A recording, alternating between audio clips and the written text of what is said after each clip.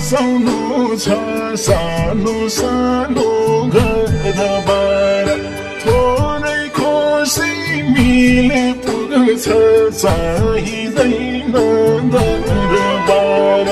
सबै सपना टुटी जान्छ सोचे जस्तो हुन्न कहिले बिरानो यो ठाउँमा रुँदै बस्नु पर्छ जहिले साँझो बाद यतै बित्यो लाउ लाउ खाउ खाउ भन्ने बेला खुसी दिन पाइन बाबा यस्तै छ भाग्यको खेला मेरो निन्द्रा नपुग्दा नि चिन्ता लिने मेरी आमा कहाँ सुत्न पाउनु यहाँ 24 घण्टा कामै काम घर पक्की भए हाम्रो भने घरको छानो तिर्नै छ रे छिमेकीलाई ऐचो पैचो 2-4 मानो तिर्छु भन्दा भन्दै भइसकेछ सयौं दिन सकिएको छैन अझै परदेश आउँदा कुरिन कति सही बस्नुहुन्छ काँड बिच्दाखेरि बिछाइरहन्छ बिछ्याउनाले सधैँ हाम्रो बाबालाई कति पीडा हुन्छ होला बस्नु पर्दा एक छकाई म त परदेशी म त परदेशी म त परदेशी म त परदेशी आउन त आमा आइपुग्यो छोरो जहाजै चढेर बोल्दैन तर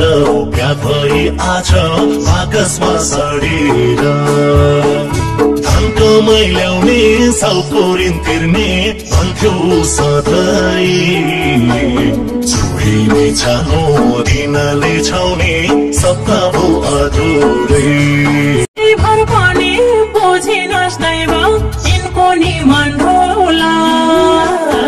विधुवा भए बाँच्नु पर्दा हालत के होला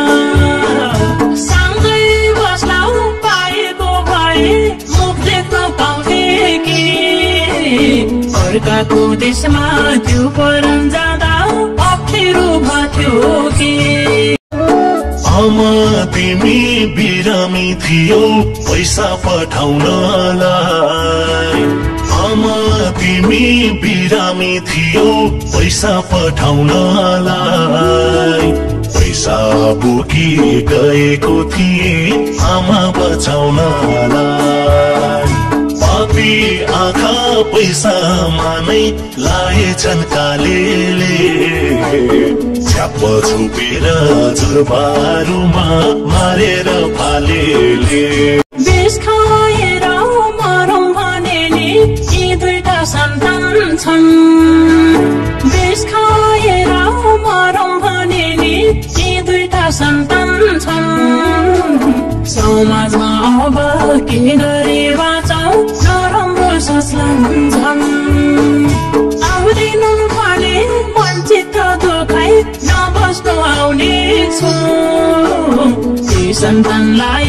पार लगाए अवश्य आउने छु छोरा छोरी बुझ्ने होलान् कुरा लुकाइ टार्नु छोरा छोरी बुझ्ने होलान् कुरा लुकाइ टार्नु तिम्रो बुवा यही हो भनी सम्झाइ बुझाइ पार्नु भएको जति तस्बिर मेरो सँगै जलाउनु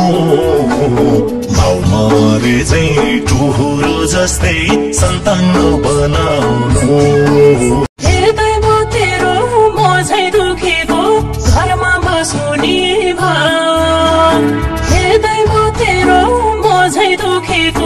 घरमा बस्ने भा न तडपै लैजा अझै गर नपर्न रुने मा अभागीलाई यो धरतीमा दुःखै छ जहानी योभन्दा अझै ठुलो भन्ने दुःख छ कहानी